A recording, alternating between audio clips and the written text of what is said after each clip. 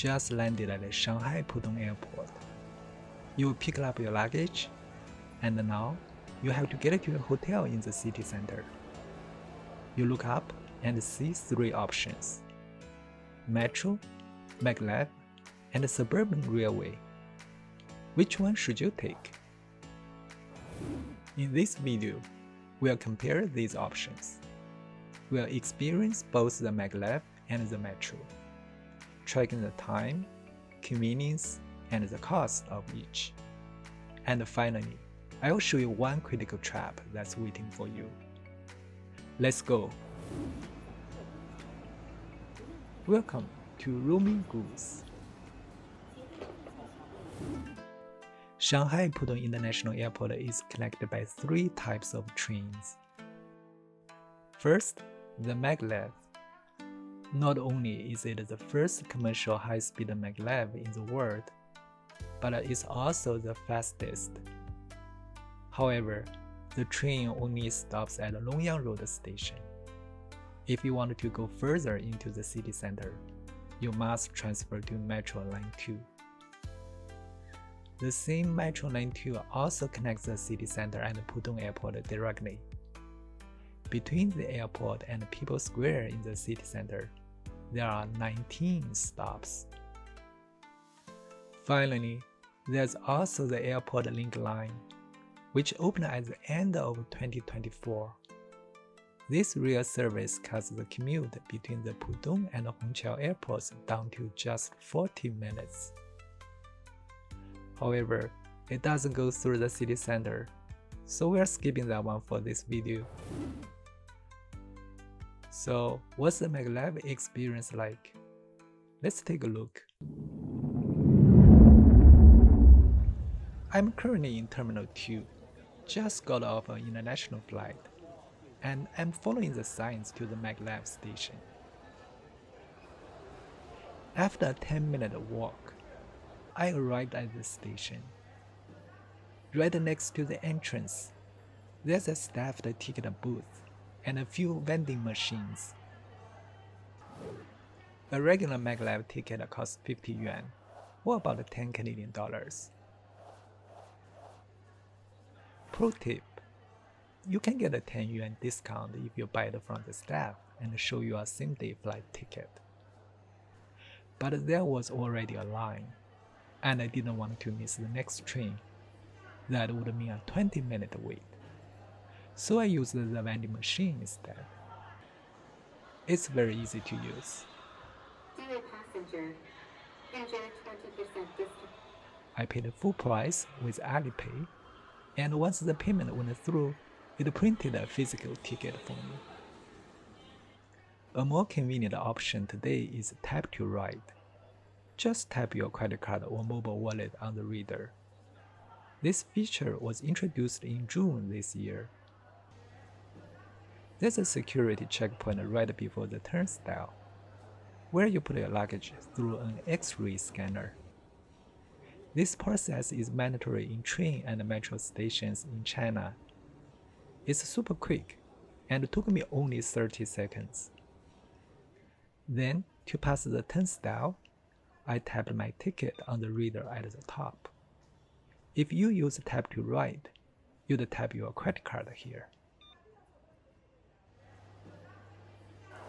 Just as I was walking towards the platform, a staff member urged me in Chinese, "Hurry up, the train is going to leave soon." So I had to run. The train was quietly waiting on the platform, with an attendant at each door. After I boarded, I saw plenty of empty seats. There's no assigned seating, so we are free to take any available spot. A couple minutes later, the train started to move.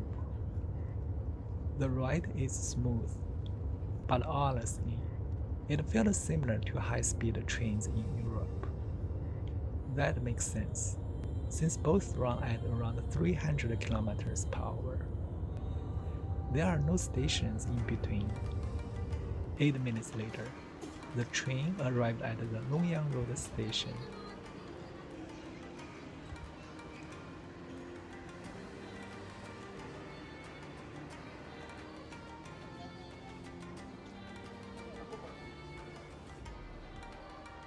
To exit the station, I needed to pass the turnstile again. This when my physical ticket was recycled through a slot in the turnstile. If you use tap to ride, you just tap on the card reader again to pay. But the journey wasn't completed yet. We still needed to take the metro to the city center. First, we had to exit the Maglev station. For Metro Line 2, the closest exit is exit 3. There's about a 50-meter walk outside. And because a typhoon passed last night, the ground was still dirty and muddy. I really didn't enjoy dragging my luggage through it.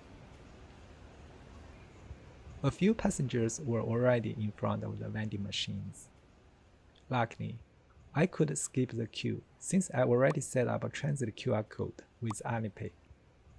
If you want to learn how to set up Alipay or other payment methods, please check my previous Shanghai Metro video. Here, we had to get our luggage scanned again, but the staff member told me the machine was broken, so he just let me pass. Here's the turnstile again. I scanned my QR code on the reader. If you use tap to ride, you'd tap your credit card on the reader.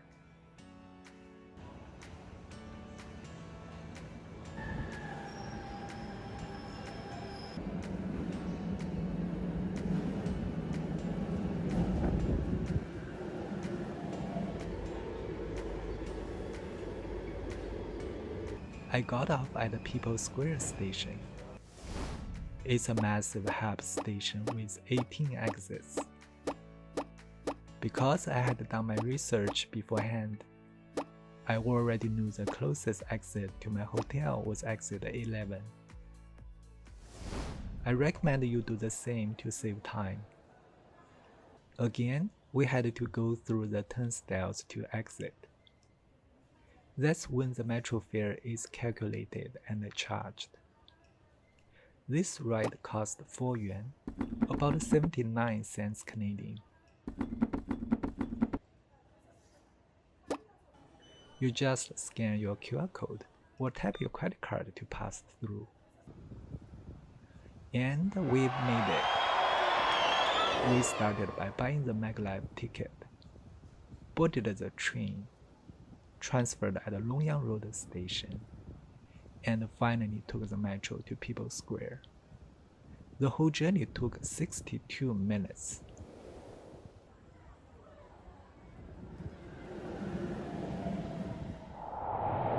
So, what's the full metro experience like? Let's go back to the airport. After you get your bags, you'll follow the signs to the metro. See the red Shanghai Metro logo over there? That's the metro entrance. The process is the same. Security, then the turnstiles. The train is never full at the airport, so you'll always find a seat. There's no luggage rack, so you just keep your bags next to you. The real difference is the stretch from the airport to Guanglan Road. The Maglev has no stops, while the metro makes 10. But the metro's big advantage is that you don't need to transfer. The whole trip costs 7 yuan, or about 1.38 Canadian dollars. So how long does this journey take? At the end of my Shanghai trip, I took the metro from the city center to the airport. I started at People's Square, but I had to get off at Guanglan Road because I had boarded the wrong train. 1 minute later, I caught the next one and continued on. The whole slightly dramatic trip took 72 minutes. All in all, I saved 10 minutes by taking the Maglev.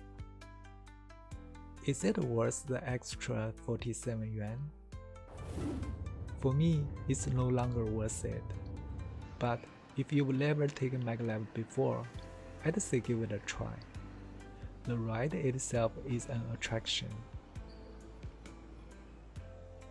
Another thing to consider is operating hours.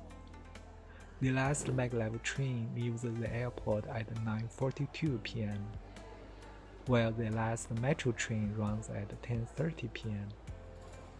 If your flight arrives late, you might miss the Maglev or even both trains.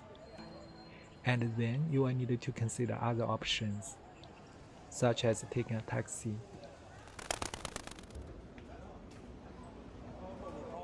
As I mentioned, I boarded the wrong train on my way back. How did this happen? Well, this happens to many locals too. So much so that the locals have a name for this, the Guanglan Road trap. Now, before I explain, this trap only occurs when you are heading to the airport. If you just landed and you are going to the city, don't worry about this.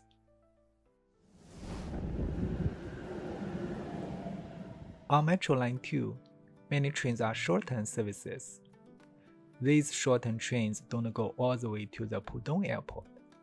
Instead, they turn around in the middle, at a station like Guanglan Road.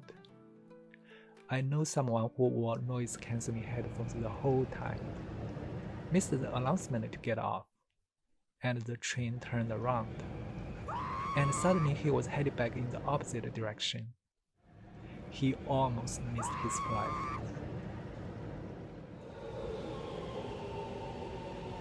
If you want to avoid drama like this, make sure the train's terminal station is Pudong International Airport before you board. After you get on, you can double-check the terminal station on the scrolling text display or on the dynamic route map. What if you are already on a short-term train? Don't panic. Just get off. If you are at Guanglan Road, follow the signs to platform 3. You will be able to catch the next airport train within a couple minutes.